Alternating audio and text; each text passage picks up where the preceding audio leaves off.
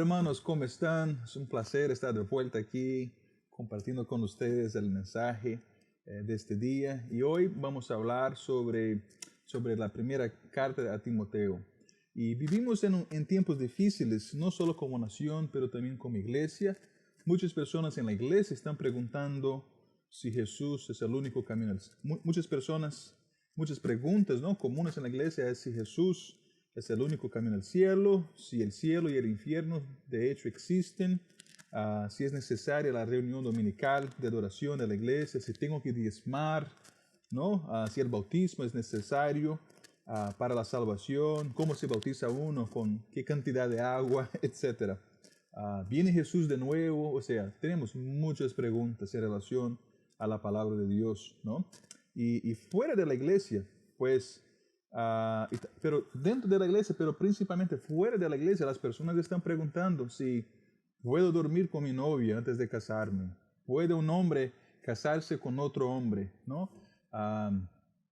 Si mi esposa y yo, o si mi novia y yo estamos esperando un bebé, si no quiero el bebé, puedo interrumpir el embarazo, ¿no? Son preguntas que son hechas todos los días en todas las partes de nuestra sociedad y también en nuestras iglesias muchas veces, ¿no?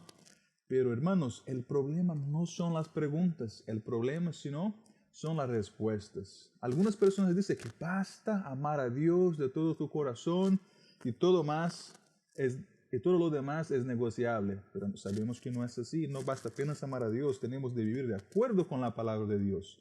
Y por eso vamos a estudiar el libro, ¿no?, la carta a Timoteo de Pablo a Timoteo para hoy día. Pues el resumen de este libro es que las doctrinas de la Biblia influyen directamente en nuestra forma de vivir. Las doctrinas de la Biblia y cómo la aplicamos en nuestras vidas influyen directamente en nuestra forma de vivir. Así que nuestro objetivo hoy no es profundizar en algunos de los problemas doctrinales reales que tenemos. Lo haremos en el transcurso de las series, ¿no?, del Nuevo Testamento, pero queremos hablar sobre la importancia de la sana doctrina y también, en segundo lugar, enfatizar la importancia de nuestra misión. ¿Okay? Así que, por favor, abra tu Biblia ahí en la primera carta de Pablo a Timoteo. ¿Okay? Y vamos a estudiar los versículos 1 al versículo 17. Muy bien. Dice así: Pablo, apóstol de Cristo, por mandato de Dios, nuestro Salvador y de Cristo Jesús, nuestra esperanza.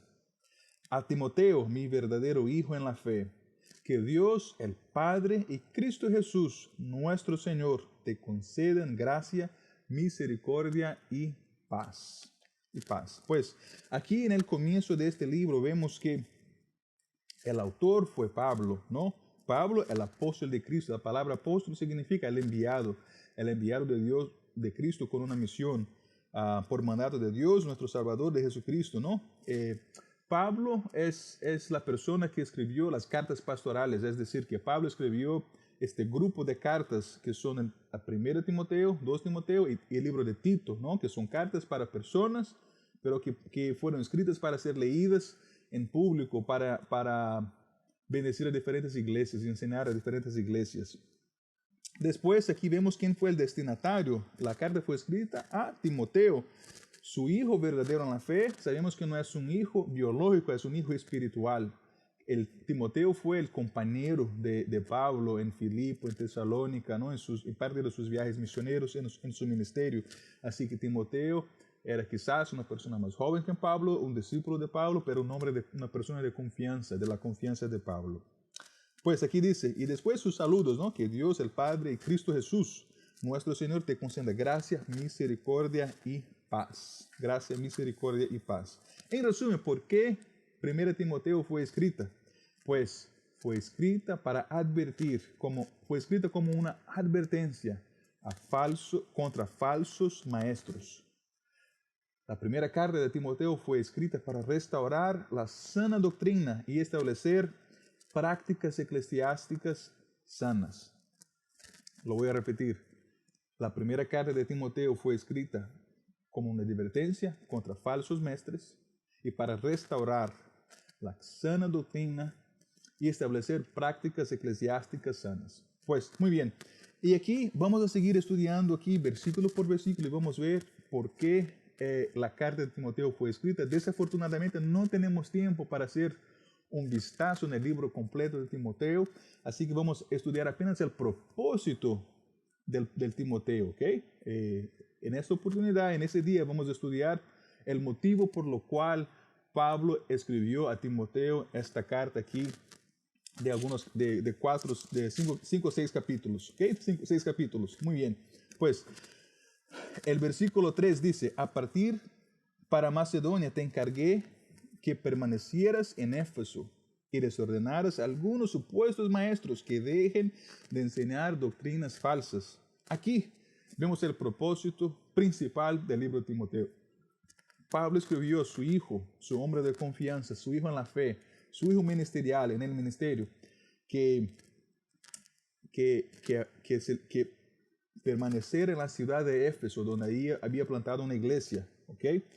Para combater, para advertir los falsos maestros, los maestros que no enseñaban cosas compatibles con la palabra de Dios. Muy bien, así que la primera lección es que hay que evitar doctrinas falsas. Pero David, ¿cómo así? ¿Qué son las doctrinas? Pues en primer lugar, ¿qué es la doctrina? La palabra doctrina aquí en la Biblia viene de la palabra griega, en el griego didascalía, y la traducción también puede ser la palabra enseñanza, ¿ok? La palabra didascalía aparece de las 21 veces que aparece en el Nuevo Testamento, 14 de ellas se encuentran en los libros de 1 y 2 Timoteo y Tito, así que la enseñanza, la doctrina era algo muy importante para el apóstol Pablo y consecuentemente para la iglesia. Así que cuando hablamos de doctrinas bíblicas, hablamos de enseñanzas bíblicas, ¿ok?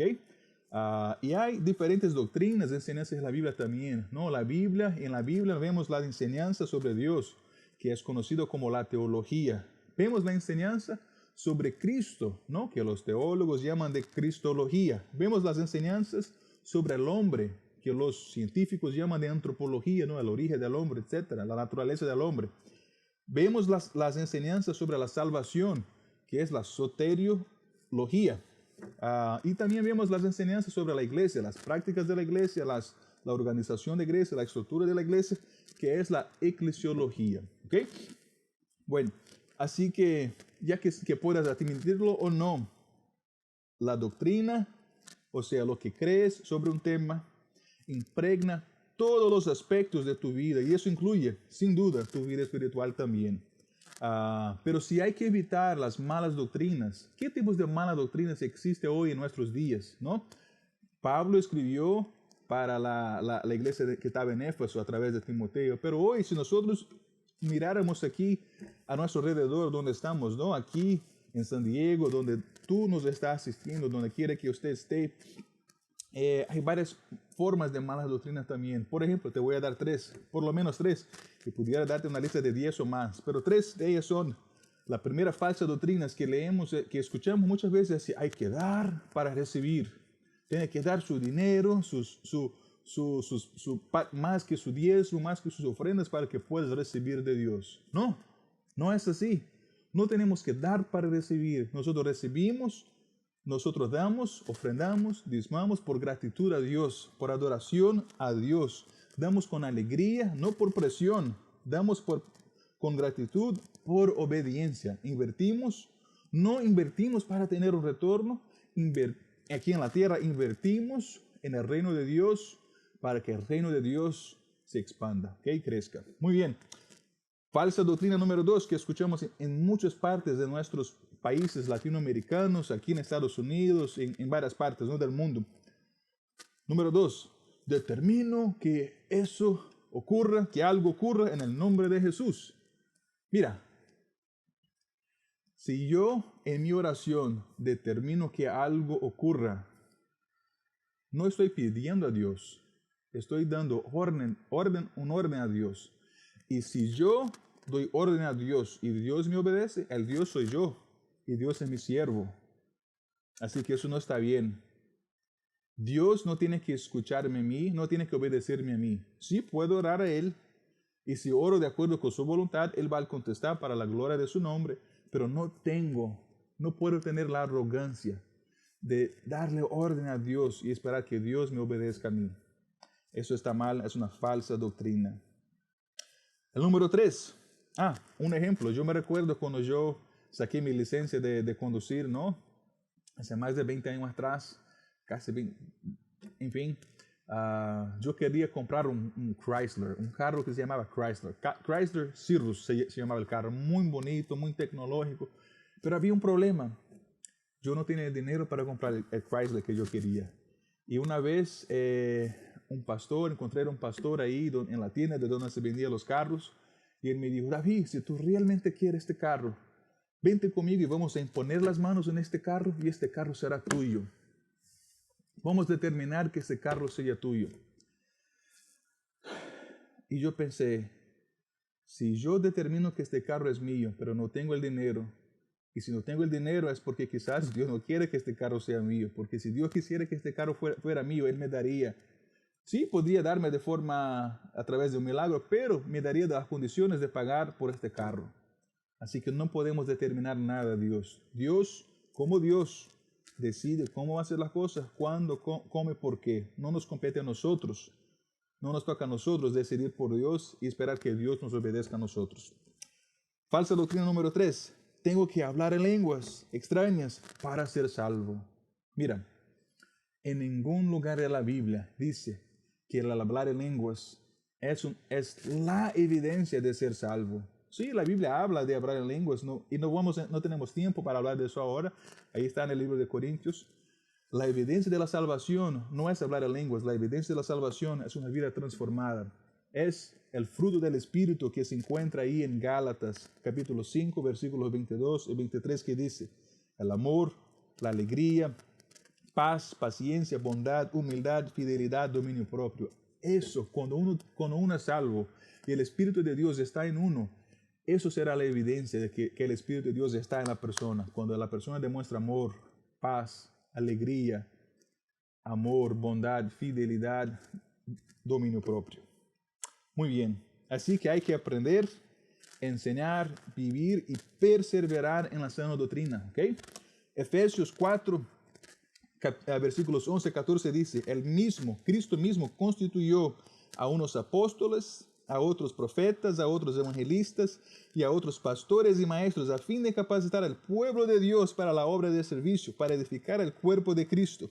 Así no seremos niños zarandeados por las olas y llevadas de aquí para allá por todo viento de enseñanza. Algunas versiones dicen por todos vientos de doctrinas y por la astucia y los artificios de quienes emplean artimañas engañosas.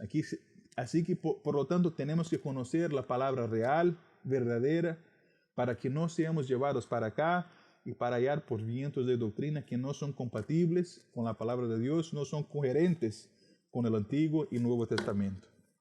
Segundo de Juan, capítulo 1, versículo 10 dice, si viene alguno de vosotros y no trae esta doctrina, la doctrina bíblica, no lo recibáis a vuestra casa, ni le diga a Dios que se apresure. Así que si alguien toca tus puertas, aunque sea jóvenes, aunque sean guapos, inteligentes, aunque tenga la Biblia memorizada, parte de los versículos bíblicos memorizados, con corbata ahí, con su nombre en su camiseta, o personas que tengan unas revistacitas, queriendo vendérselas a ti, ni lo recibas, si no tienen la doctrina sana.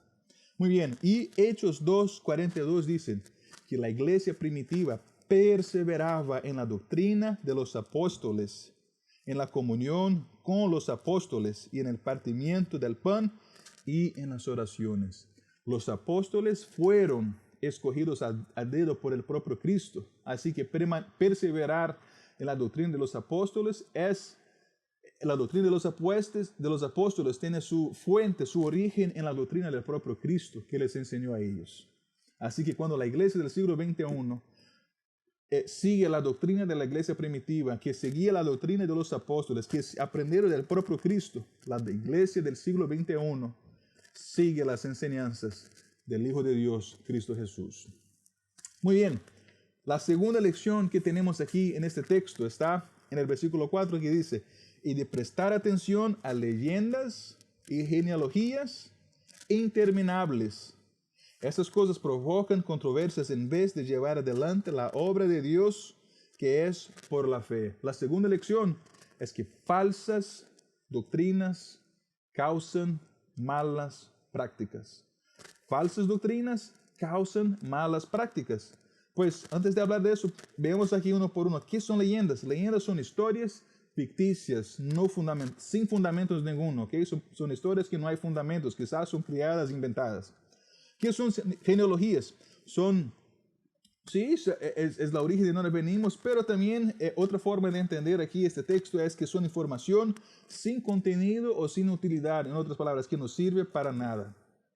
Genealogía o controversias, pues controversias son lo que separa el cuerpo de Cristo. Y nosotros como iglesia, ¿okay? Si Cristo es la cabeza de la iglesia, nosotros somos cuerpo, tenemos que vivir en unidad. Es imposible vivir en unidad como iglesia, ¿ok? Si tenemos controversias, si tenemos asuntos, problemas, polémicas que nos separan. Por eso hay que evitárselas también. Así que discusiones desnecesarias sacan el enfoque de la iglesia, ¿ok? Muy bien. Y leyendas, información sin utilidad, controversias desvían el propósito de la iglesia. Pues, ¿por qué las falsas doctrinas son problemáticas? Porque las falsas doctrinas generan falsas creencias. Y falsas creencias nos llevan a tener malas prácticas. En otras palabras, lo que hago yo es reflejo de lo que creo. Y el que creo es reflejo de lo que aprendo. Y el que aprendo es reflejo de lo que escucho o de lo que yo veo. Por eso que es importante filtrar lo que vemos, filtrar lo que escuchamos, porque lo que vemos y escuchamos se transforman en pensamientos y convicciones que se transforman en nuestras acciones y nuestro estilo de vida. Por eso, si tienes hijos, cuidado con que sus hijos escuchen y ven, porque están siendo adoctrinados ahí por la pantalla de la televisión, la pantalla de la computadora, y esas enseñanzas que están aprendiendo ahí serán materializadas, ¿no? En sus acciones, en su casa y en su comunidad, etc. Muy bien. Así que las falsas enseñanzas causan herejías, y las herejías causan pecado. Así que hay que evitarlas, ¿ok? Hay que evitarlas. Versículo 5. Debes hacerlo así para que el amor brote de un corazón limpio, de una buena conciencia y de una fe sincera. Algunos se han desviado de esa línea de conducta y se han arrendado en discusiones inútiles. Pretenden ser maestros de la ley, pero en realidad no saben de qué hablan ni entienden lo que con tanta seguridad afirman. Pues, la tercera lección es que la motivación para corregir las malas enseñanzas es el amor. Sí, tenemos que evitar las malas doctrinas. Sí, las malas doctrinas causan malas prácticas. Pero si ellas existen, tenemos que corregirlas. No podemos tolerar las malas doctrinas en nuestras iglesias. No podemos tolerar las malas enseñanzas en nuestros grupos de vida. No podemos tolerar las malas prácticas que son frutos de malas enseñanzas en nuestros hogares. Por lo tanto, hay que corregir en amor. En amor. Si eres pastor, tienes que corregir a sus ovejas en amor. Si eres un papá, tienes que corregir sus hijos en amor.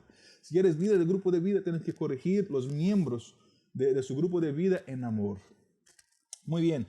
El problema de la corrección no es sino la motivación, pero es la motivación para la corrección. No la corrección, pero la motivación para ella, ¿ok? Y una corrección que proviene del amor proviene de una triple fuente. En primer lugar, la Biblia dice aquí, un corazón puro, uno que está limpio de pecado y obediencia a Dios, ¿ok? A Dios debemos levantar manos limpias y tener un corazón puro. Salmo 24, 3 y 4 dice, ¿quién puede subir al monte del Señor? ¿Quién puede estar en su lugar santo? Solo es de manos limpias y corazón puro. Corazón puro. Una buena conciencia. Número 2, la segunda motivación para corregir. Una buena conciencia. La buena conciencia es guiada por el Espíritu de Dios, no por la cultura, No por la televisión, no por lo que dice la mayoría, no por lo que dice el programa de televisión que asistimos, etc. ¿Okay? Así que una buena conciencia es libre de culpa, de duda, de vergüenza, y la conciencia es la fuente de los sentimientos, acciones y posturas. Por lo tanto, debemos tener conscientes y mentes transformadas, renovadas por Cristo, de acuerdo con Romanos 2, 12:2. Y tercero, la tercera motivación para poder corregir en amor es para que tengamos una fe no fingida, una fe no fingida. Pues esta es la fe verdadera sin ninguna pretensión, ¿ok? La fe viene por el oír y el oír de la palabra de Dios. Romanos 10:17. No queremos apenas fingir que somos creyentes, queremos ser creyentes. No queremos aceptar lo que no está bien con la palabra de Dios apenas para no estar mal con las personas. No, queremos tener una fe sincera, un corazón puro, una conciencia buena, tranquila. Muy bien. Versículo 8. Ahora bien, sabemos que la ley es buena y se aplica como es si se aplica como es debido. Tengamos en cuenta que la ley no se ha instituido para los justos, sino para los desobedientes y rebeldes, para los impíos y pecadores, para los irreverentes y profanos. La ley es para los que maltratan a sus propios padres, para los asesinos, para los adúlteros y a los homosexuales, para los traficantes de esclavos, los embusteros y los que juran en falso. En fin, la ley es para todo lo que está en contra de la sana doctrina, enseñada por el glorioso evangelio que el Dios bendito me ha confiado. Eso fue el apóstol Pablo escribiendo. Sabemos que la ley del Antiguo Testamento existe para apuntarnos para Cristo. La ley del Antiguo Testamento, el conjunto de recomendaciones, de expectativas escritas por Moisés, fue escrita para apuntarnos para Cristo, ¿ok? Pero antes de que pienses que usted no se encaja ahí en ninguna de las categorías que hemos leído, ¿ok? Arriba, déjame hacerte algunas preguntas en relación a este texto que acabamos de leer, ¿ok? Y te voy a preguntar a ti que me escuchas ahora, ¿ok? ¿Usted ha alguna vez desobedecido algún mandamiento de Dios? Yo sí, varias veces. Así que eso me hace desobediente. Y si tú has desobedecido alguna vez, te hace desobediente también. Y si dices que no has desobedecido ninguna vez, te hace mentiroso también. Número 2. ¿Ha usted estado de acuerdo con 100% de las enseñanzas bíblicas? ¿Has aceptado 100% de todo lo que te han enseñado sin ningún problema? Si no, eres un rebelde, así como yo he sido también un rebelde.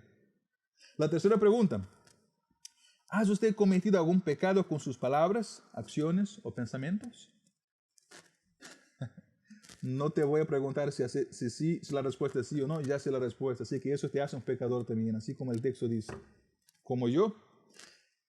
La siguiente pregunta. ¿Has faltado con respecto con la casa de Dios o con algún hombre de Dios? Eso te hace irreverente y profano. Siguiente pregunta. ¿Has levantado la voz o maltratado a su papá o mamá alguna vez? Adolescentes, hijos, ¿cuántos de nosotros, no, si pudiéramos volver atrás, hubiéramos hablado diferente con nuestros papás, con nuestra mamá, etcétera? Siguiente pregunta. ¿Has tenido el deseo en su corazón de acabar con la vida de alguien?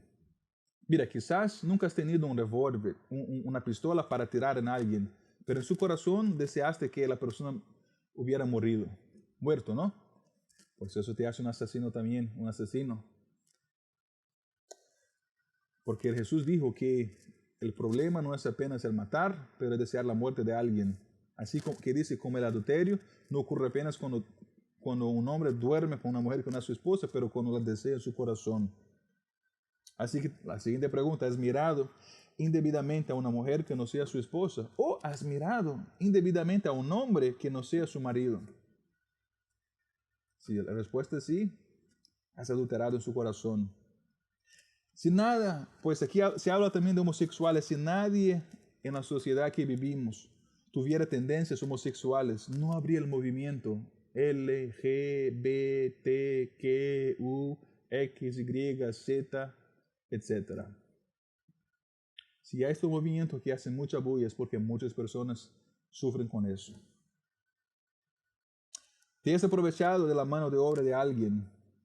Aquí estamos hablando de trabajo esclavo.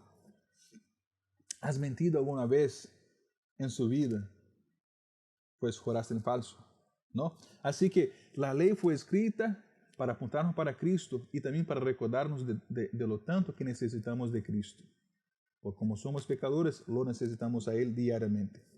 Así que esos versículos que acabamos de leer en 1 Timoteo fue escrito para la iglesia de Éfeso hace 2000 años atrás, pero también sirve para la iglesia de North Coast, aquí en Houston, San Diego, en pleno 2021. Y sirve para tú y tu iglesia donde tú nos estás escuchando ahora. Pues la cuarta lección que aprendemos aquí de este texto tiene que ver, y aquí vamos a pasar un poquito más de tiempo, ¿ok? Tiene que ver que el propósito de la carta pastoral a Timoteo es, uno, advertir los falsos profetas, pero dos, recordar la iglesia de su misión. Pablo entiende que Timoteo no puede apenas combater los falsos profetas, pero que tiene que recordar la iglesia de su misión. Muchas veces pasamos más tiempo combatiendo lo que es malo, pero nadie sabe lo que pensamos que sea el correcto, ¿no? Desafortunadamente, algunas iglesias, algunos grupos religiosos son conocidos por todo lo que ellos son contra, pero no sabemos lo que ellos son a favor. Así que no queremos ser el grupo que apenas levanta la voz para hablar de lo que ellos son contra. Queremos ser el grupo que levanta la voz sí, para combatir la mala doctrina, evitar la falsa doctrina, pero para cumplir con nuestra misión en la tierra, que es hacer discípulos de todas las naciones, bautizándolos en nombre del Padre, del Hijo y del Espíritu Santo. Así que el número 4, la cuarta lección, es que hay que predicar el Evangelio. Hay que predicar el Evangelio. ¿Pero por qué? Qué bueno que preguntaste. Versículo 12, ¿ok?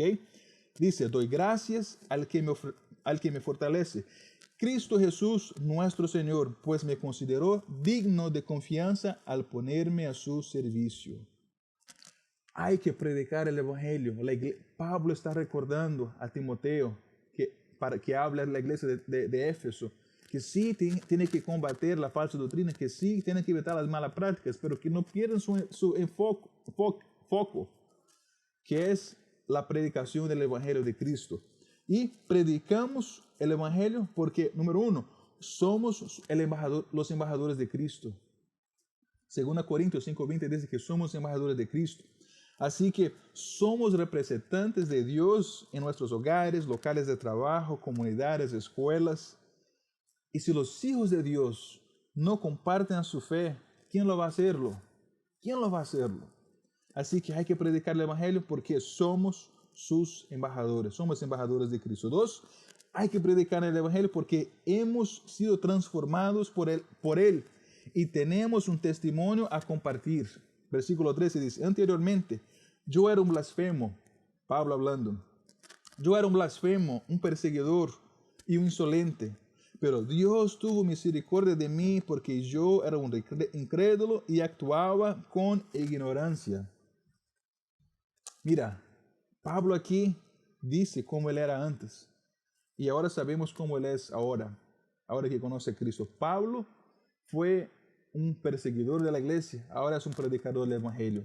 Así que tú y yo tenemos que predicar el Evangelio porque hemos sido transformados.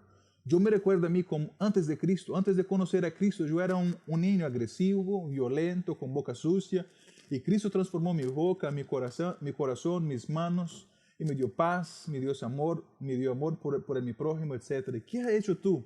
¿Qué ha hecho Dios en tu vida? ¿Cómo te ha cambiado Dios en tu vida? Y por eso tienes que hablar a otros, por lo que Dios ha hecho en su vida. Tienes un testimonio a compartir. Mira, la gente puede combater, puede argumentar contra su teología, pero nadie puede argumentar contra lo que Dios ha hecho en tu vida. Nadie puede argumentar su historia. Su historia es incambiable. Lo que ha pasado contigo no puede cambiar, así que tienes un testimonio a contar a otros que puede edificar y atraer a otros a Cristo también. Versículo 14 dice, pero la gracia de nuestro Señor se derramó sobre mí con abundancia, junto con la fe, el amor que hay en Cristo Jesús. Así que tenemos que predicar el Evangelio por la tercera razón, porque hemos experimentado la gracia y el amor de Dios. Gracia, favor inmerecido. Amor, un amor incondicional. No merecíamos, no hicimos nada para merecer la salvación. No hicimos nada para que Dios enviara a su Hijo Jesús para morir en la cruz por nosotros. No hicimos nada para que Dios nos amara tanto, al punto de cargar una cruz, a punto de aceptarse crucificado por nosotros. Un amor condicional, incondicional. La tercera razón, tenemos que predicar porque el Evangelio es poderoso. Es poderoso. Versículo 15. Este mensaje es digno de crédito y merece ser aceptado por todos. Que Cristo Jesús vino al mundo a salvar a los pecadores, de los cuales yo soy el primero. Mira, el mensaje del Evangelio es digno de crédito. En otras palabras, podemos decir que el Evangelio es poderoso. Poderoso para cambiar al hombre, la mujer, niños, adultos. Poderoso para afectar naciones, comunidades, países, autoridades, hombres, cambiar impíos para edificar familias, iglesias, etc. Es Evangelio para penetrar el corazón del hombre y cambiar ideas, prioridades y pensamientos. Es poderoso para cambiar comportamiento y renovar la mente y transformar el individuo por completo. Mira, el Evangelio y el Evangelio apenas es poderoso. Les voy a hacer una ilustración aquí. Imagínate si yo voy a un restaurante, ¿ok? Si yo voy al restaurante y quiero comer algo, ¿ok? Y si yo pido ahí, yo llego a un restaurante y yo pido, mira, quiero tomar una agua, quiero comer un pan y quiero comer una manzana con mi pan. 3 ítems, ¿no?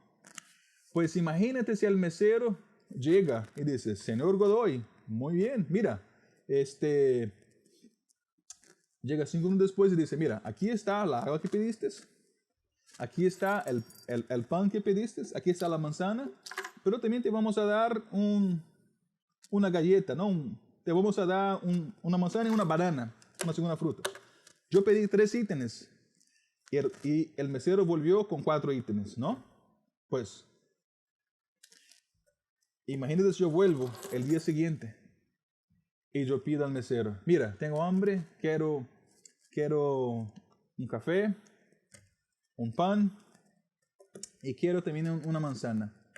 3 ítems, pero 5 minutos después vuelve el mesero y me trae un café y el pan y se olvida de la manzana. ¿Qué hizo él? Él trajo menos de lo que yo pedí, ¿no? Pero imagínate si yo vuelvo al siguiente día en el restaurante que a mí me gusta mucho y yo pido un café, una manzana y un pan. Pedí 3 ítems, ¿no? Y el mesero vuelve con un café, un pan y una banana. No la manzana, la banana. Pues ha sustituido el orden. Hermanos, Dios nos mandó que predicar el Evangelio. El Evangelio apenas es suficiente para cambiar la vida de cualquiera. Por lo tanto, no podemos subtraer nada del Evangelio. No podemos añadir nada del Evangelio. Y no podemos sustituir nada del Evangelio. El Evangelio como está, como fue escrito, como nos fue enseñado, es suficiente para cambiar las vidas y corazones de personas. Por último, hay que predicar porque otros a nuestro alrededor necesitan oír para ser salvos. Versículo 16 dice, pero precisamente por eso Dios fue misericordioso conmigo a fin de que en mí, el peor de los pecadores, pudiera Cristo mostrar su infinita bondad. Así llego a servir de ejemplo para los que creyendo en Él recibirán la vida eterna. El hecho es, hermano, a menos que las personas escuchen el Evangelio, las buenas nuevas, ellos serán salvos. Si no escuchan el Evangelio, La palabra evangelio en el griego puede ser traducido como buenas nuevas o buenas noticias, pero el evangelio solo es buena noticia si la gente escucha y escucha a tiempo. Si la gente nunca escucha el evangelio, no será una buena noticia y pasarán la eternidad separados de Cristo. Pregunta a ti, ¿quiénes a tu alrededor sigue viviendo como tú vivías antes de Cristo? ¿Quién a tu alrededor, si muere hoy, pasará la eternidad separado de Cristo? Y por último, ¿qué vas a hacer tú sobre eso? Puedes orar para que antes de hablar de Cristo a esas personas, puedes hablar de esas personas a Cristo en oración. Pero además de eso, puedes compartir tu fe con ellos, el evangelio con ellos, tu testimonio con ellos, para que ellos conozcan a Cristo también. ¿Y por qué predicamos el evangelio? Pues, por tanto, al Rey eterno, inmortal, invisible, al único Dios, sea honor y gloria por los siglos de los siglos. Amén. Predicamos el evangelio para la gloria de Dios. Mira, ¿quién es Dios? ¿Quién es el objeto, la persona que nos dio el orden de predicar, la persona que nos cambió, que nos dio vida eterna, el autor de la Biblia? Dios, el Rey eterno, su reino no tendrá fin. Él es inmortal, la cruz no lo pudo detener,